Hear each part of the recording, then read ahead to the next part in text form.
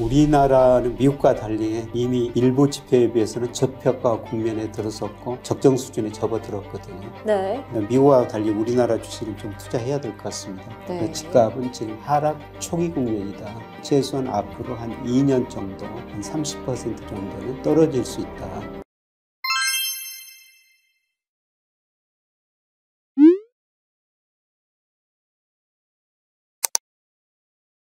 네, 안녕하세요. 김혜의 경제스킬 시청자 여러분. 이번 시간은 2023년도 주요 경제 그리고 금융시장 이슈 다뤄보는 네 번째 시간입니다. 벌써 네 번째네요. 집값 앞으로 어떻게 될지 궁금하시죠? 주가와 집값 관련해서 전망해보는 시간 가져보도록 하겠습니다. 교수님 안녕하세요. 네, 안녕하세요.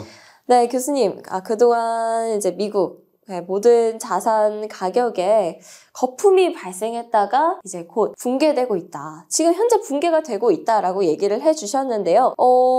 어떻게 보고 계시는지 좀 궁금해요. 채권 그리고 가격 측면에서 먼저 한번 확인을 해볼까요? 예, 제가 채권, 주식, 부동산에서 거품이 발생했다, 붕괴되는 과정이 전개되고 있다. 네. 이런 말씀을 드렸습니다. 우선 채권 시장에서는 거의 거품이 붕괴된 것 같습니다. 이 그림에 보시면요. 제가 마샬 K라고 그러는데 정말 여러 번 이야기를 했죠. 이 마샬 K라는 게 통화량 M2를 명목 GDP로 나눈 거예요. 실물에 비해서 돈을 얼마나 많이 풀었느냐. 위기 때마다 이게 늘어났거든요. 쉽게 말씀하면 돈 풀어가지고 위기를 극복했다는 거죠. 네. 근데 특히 2020년 코로나 때는 이게 수직으로 늘어나 버렸어요. 그만큼 돈을 많이 풀었다는 거죠. 이렇게 돈을 많이 푸니까 금리가 많이 떨어졌죠. 예를 들어가지고 미국 10년 국채 수익률이 2020년 2월에는 0.54%까지 떨어졌어요. 거꾸로 채권 시장, 채권 가격은 엄청 올랐다는 거죠. 네. 채권 시장에 거품이 발생했습니다. 그런데 이게 최근에 4.2%까지 올라 버렸습니다. 근데 제가 미국 10년 국채 수익률 적정 수준 추정해 보면은 미국 명목 잠재 성장은 4%하고 비슷한데요. 4%가 적정 수준이라는 겁니다. 최근에 4.2%까지 올라가 버렸으니까 채권 시장에서는 거품이 거의 붕괴됐다. 이렇게 좀 볼 수가 있습니다. 네. 채권 측면에서 봤을 때는 거품이 이미 붕괴가 됐다. 그러면 주식시장은 어떤가요, 교수님? 주식시장에서는 이제 거품이 붕괴되는 과정이죠. 아하. 네, 그래서 주식시장에서 흔히 버핏 지수라고 그러는데 미국 네. 전체 주식시장 시가총액을 GDP로 나눈 거. 이게 2021년 4분기에 334%. 역사상 최고치였죠. 네. 지난거 21년 평균이 186%였습니다. 엄청난 거품이 발생했다. 이게 지금 급격하게 줄어들고 있지 않습니까? 아직 그 3분기 데이터는 조만간 발표될 텐데요. 2분기 데이터까지 미국 자금선언 보니까 발표됐는데 이게 급락하고 있죠. 많이 떨어졌지 않습니까? 네. 아직도 끝이 아니라는 겁니다. 많이 떨어졌는데 아직도 끝이 아니다. 네. 지금 주식시장은 붕괴가 되고 있는 중이다라고 이야기를 해주셨습니다. 근데 또 다른 지표요. 흔히들 주식시장에서 그 PER, 네. 토빙 Q 이런 이야기를 하고 있죠. 이거는 제가 그린 게 아니라 네. 미국의 한 유명한 사이트에서 한번 인용한 거거든요. 그런데 이 사람이 PER, 그 다음에 경기순환 PER, 그 다음에 토빙 Q, 그 다음에 S&P 장기 추세를 리그레션 해가지고 실제 추정치보다도 S&P가 장기 추세보다 위에 있느냐 밑에 있느냐 이런 걸 추정했는데요. 이 네 가지 지표로 보니까 네. 과거 평균보다도 아직도 79%나 가대평가 있다고 이렇게 보고 있어요. 그래서 이런 걸 보면은 미국 주가가 떨어지기는 떨어졌지만은 아직도 갈 길이 멀다. 네. 이렇게 좀 볼 수가 있는 것입니다. 그래서 거시경제, 버핏 지수로 보든지, 그 다음에 이런 거 PER, 토빙 Q 같은 거 이런 거 보더라도 미국 주가는 상당히 아직도 가대평가된 상태라는 겁니다. 미국 주가가 과대평가가 돼 있는 상태이다.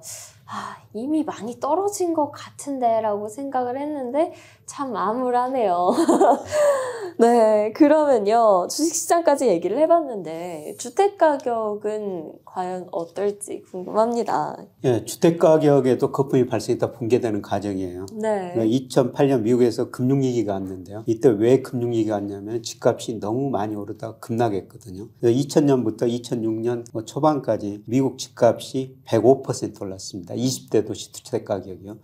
집값이 이렇게 오르니까 미국 가게는 돈 빌려가지고 집 사고 또 소비를 많이 늘렸었어요. 그다음에 미국 금융회사들은 집을 담보로 가게한테 빌려준 돈 가지고 다양한 파생상품을 만들었거든요. 네. 근데 2007년 이후에 집값이 나가다 보니까 가계 부실이 드러나고 금융회사 부실이 드러나면서 2008년에 미국이 위기를 겪고 이 위기가 전 세계로 확산됐었죠. 그런데 2012년부터 올 6월까지 집값이 올랐는데요. 그때보다도 더 많이 올랐어요. 그때 한 105% 올랐다고 말씀을 드렸는데요. 네. 132%는 올랐거든요. 소득, 물가, 렌트 이런 거에 비해서 지나치게 많이 올랐다는 거죠. 그런데 미국 집값이 6월을 정점으로 해가지고 이제 떨어지기 시작했습니다. 아직 10월, 11월 데이터는 발표가 안 됐는데요. 9월 데이터까지 발표됐는데 6월 말에 비해서 9월까지 보니까 3.3% 하락했는데요. 네. 이제 시작이라는 겁니다. 집값은 이제 시작이고요. 그동안 채권 시장에서 거품이 발생했다가 채권은 거의 다 거품이 붕괴됐다는 거죠. 네. 그래서 채권 투자는 지금 하셔도 된다는 겁니다. 근데 주식은 이제 붕괴되는 과정이 한 중간쯤 와 있는 것 같아요. 그래서 미국 주식시장도 지금 적극적으로 투자할 때는 아니고요. 네. 집값은 이제 하락 초기 국면에 접어들었다는 겁니다. 네, 지금 채권, 주식시장, 그리고 주택 가격 이 세 면을 봤을 때 채권은 이미 거품이 발생했다가 붕괴가 됐다라고 볼 수가 있고요. 주식시장은 지금 붕괴가 되고 있는 중이죠. 그리고 주택시장을 바라봤을 때는 이제 붕괴가 막 시작이 되는 중이다라는 점 짚어주셨습니다. 그러면 우리나라의 경우는 어떨지가 좀 궁금해요. 우리나라는 미국과 달리 이미 일부 지표에 비해서는 저평가 국면에 들어섰고 적정 수준에 접어들었거든요. 네. 그래서 우리나라와 달리 미국과 달리 우리나라 주식은 좀 투자해야 될 것 같습니다. 그래서 제가 작년에는 코스피가 3,300 넘었을 때 일평균 수출 금액, GDP 그다음에 유동성에 비해서 20-30% 가대평가됐습니다. 코스피가 2,200까지도 떨어질 수 있습니다. 이런 말씀을 드렸는데요. 그런 모든 경제 지표에 비해서 이제 저평가 여기에 들어섰거든요.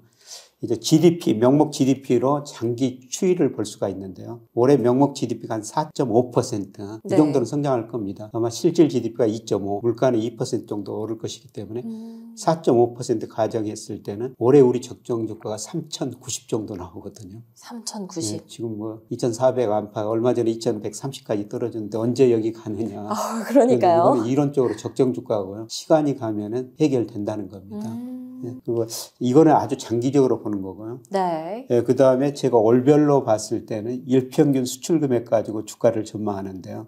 작년에 일평균 수출도 증가했는데 코스피가 작년 4월 달에는 무려 한 40% 정도 앞서가 버렸어요. 그래서 수출도 증가하지만 주가가 코스피가 지나치게 앞서가고 있습니다. 코스피가 떨어질 수밖에 없습니다. 근데 3,300 넘었다가 2,150 30%가량 떨어졌지 않습니까? 그랬는데 그러다 보니까 이게 완전히 저평가 영역으로 들어섰어요. 지난 9월에는 월말 지수가 2,150이었는데요. 네. 한 20% 정도 가소평가 영역에 들어섰죠. 그런데 이게 이제 11월 들어가서는 주가가 2,500까지 올랐지 않습니까? 2,500은 적정 수준보다 좀 높은 거예요. 적정 수준 추정해 보니까 2,420 정도 나오거든요. 네. 그래서 11월에 2,500까지 가다 보니까 주가가 좀 가대평가됐죠. 그래서 제가 11월부터는 주가가 좀 가대평가됐습니다. 그래서 주식 비중을 좀 줄이시는 게 좋을 것 같습니다. 아직 적극적으로 사실 때는 아닌 것 같습니다. 이런 말씀을 드렸습니다. 그런데 이게 내년과 일평균 수출 금액 가지고 내년 전망해 보면요. 적정 주가 수준이 2,400 여기서 이 정도 나와요. 네. 그래서 내년에도 아직 경기가 나쁘기 때문에 추세적인 상승은 아닐 겁니다. 그래서 2,400에서 위로 많이 벗어나면은 주식 비중 좀 줄이고 2,400 밑으로 많이 벗어나면은 주식 비중을 좀 늘리는 이런 거 단기 대응하시는 게 아마 내년에는 좋을 것 같습니다. 네. 주가 조금 더 이야기할게요. 네네. 작년에 돈이 많이 풀려가지고 주가가 많이 올랐었는데요. 네. 이 돈에 비해서도 우리나라 코스피 시가총액을 제가 M2로 나눈 비율을 그림으로 그려놨는데요. 이것도 많이 저평가됐어요. 이게 저평가 영역이 아마 내년 1분기까지 조금 더 확대될 수가 있어요. 근데 저평가됐다는 거고요. 그 다음에 제가 매월 이렇게 단기 추세를 보거든요. 네. 통계 기법, 호드릭 프레스코트 필터, 흔히 HP 필터라고 그러는데요. 제가 이 추세를, 장기 추세를 구하고 이 추세에서 2로 많이 벗어나면 저는 주식 비중을 좀 줄입니다. 이 추세에서 밑으로 많이 벗어나면은 또 주식 비중을 늘리거든요. 그런데 이 추세도 구해보니까 현재 한 2,400 정도 돼요. 네. 아까 일평균 수출 가지고 적정 주가 추정해보니까 2,400 안팎이라고 말씀드렸는데요. 이 추세도 2,400 정도 나오거든요. 예, 그래서 당분간 2,400에서 2로 많이 벗어나면은 주식 비중은 좀 줄이시고 2,400에서 밑으로 많이 벗어나면은 주식 비중을 많이 늘리시는 게 좋다는 겁니다. 2,400에서 뭐 2로도 10% 벗어날 수도 있고요. 네. 밑으로도 10% 벗어날 수가 있습니다. 근데 여기서 밑으로 뭐 10% 벗어나면 주식을 싸게 살 기회구나. 그다음에 10% 2로 벗어나면은 또 주가가 단기적으로 많이 올랐구나. 예, 그러면서 주식 비중을 줄이는 게 좋을 것 같습니다. 그러니까 네. 어떻든 내년에 뭐 경제가 나쁘니까 추세적인 상승은 아니고 박스권일 거라는 겁니다. 2,400 중심으로 한번 생각해 보시고요. 사실 이렇게 주가 박스권 들어가면은 뭐 개별 종목이 굉장히 이거 중요하죠. 네. 그래서 뭐 내년에는 우리가 주가 지수보다는 종목, 산업 이런 거를 많이 공부하고 사실 올해도 뭐 주가 지수 많이 떨어졌지만 일부 종목들은 많이 올랐지 않습니까? 네. 대표적으로 제가 KT 같은 주식 배당 투자하고 있습니다. 근데 KT 같은 주식은 오래 올랐어요. 그리고 일부 그 2차 전지 관련 주식들 맞아요. 이런 것들도 오히려 올랐지 않습니까? 내년에는 우리 그 투자자들 여러분들께서 뭐 주가 지수보다는 종목 이런 산업 공부를 많이 하시는 게 좋을 것 같습니다. 네. 최근에 그 한국산업연구원이라고 있는데요. 거기 사이트 들어가 보면은 내년 업종별로 어떤 업종이 좋고 나쁘고 이게 우산, 뭐 비, 해 이런 걸 그려놨더라고요. 그런데 해가 쨍쨍 뜬다는 게 두 개를 그려놓은 게요. 조선업종이에요. 조선업종. 그리고 그 다음에 2차 전지 이런 것들이거든요. 그래서 이런 거 산업 공부를 하면서 네. 내년에는 대응하시는 게 좋을 것 같습니다. 네. 내년에 대응을 잘 하기 위해서는 이제 박스권 장세가 이어지는 와중에 오르는 종목들은 오르고 오르는 분야는 오르는 산업은 또 오르죠. 그렇기 때문에 그때는 좀 더 깊이 있게 들어가서 공부를 하는 게 중요하지 않을까라는 생각이 드네요. 자, 그러면 우리나라 주가에 대해서 얘기를 해봤으니까 앞으로의 집값은 어떻게 될지도 얘기를 해주시면 좋을 것 같습니다. 주가는 지금 많이 떨어져가지고 적정 수준보다 낮아졌다 이런 말씀을 드렸습니다만 집값은 이제부터 하락 초기 국면이에요.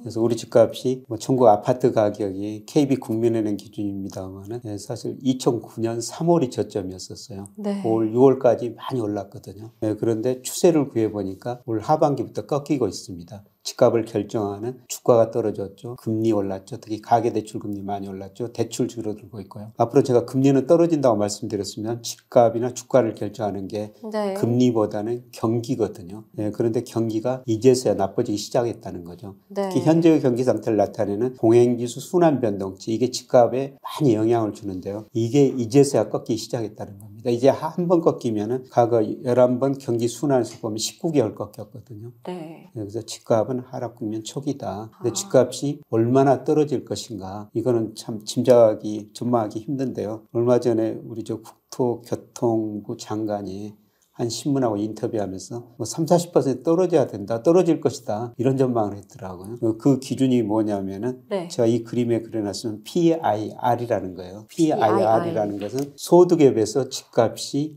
얼마나 높은가 이걸 기준으로 하는 건데요. 네. 이 그림에 보면은 작년에 19배라는 겁니다. 이 19배 의미가 뭐냐면 이게 서울 기준인데요. 서울 중간 가구 소득을 가진 가구가 네. 서울의 중간에 있는 집을 하나 사기 위해서는 19년 하나도 안 쓰고 저축해야 된다는 겁니다. 오, 너무 비싸죠? 쉽지 않네요. 네. 근데 올 9월 보니까 이게 17.6배로 떨어졌거든요. 집값이 떨어지면서 이게 낮아지고 있죠. 소득이 좀 늘어나고. 네. 그런데 이게 장기 평균 보니까 2008년부터 이 데이터들이 발표가 되고 있는데요. 12배예요. 그러면 현재가 17.6인데 이게 12배로 떨어지려면 훨씬 많이 떨어져야 되겠네요. 30-40% 떨어져야 된다는 거죠. 그만큼 우리 집값이 가대평가됐다.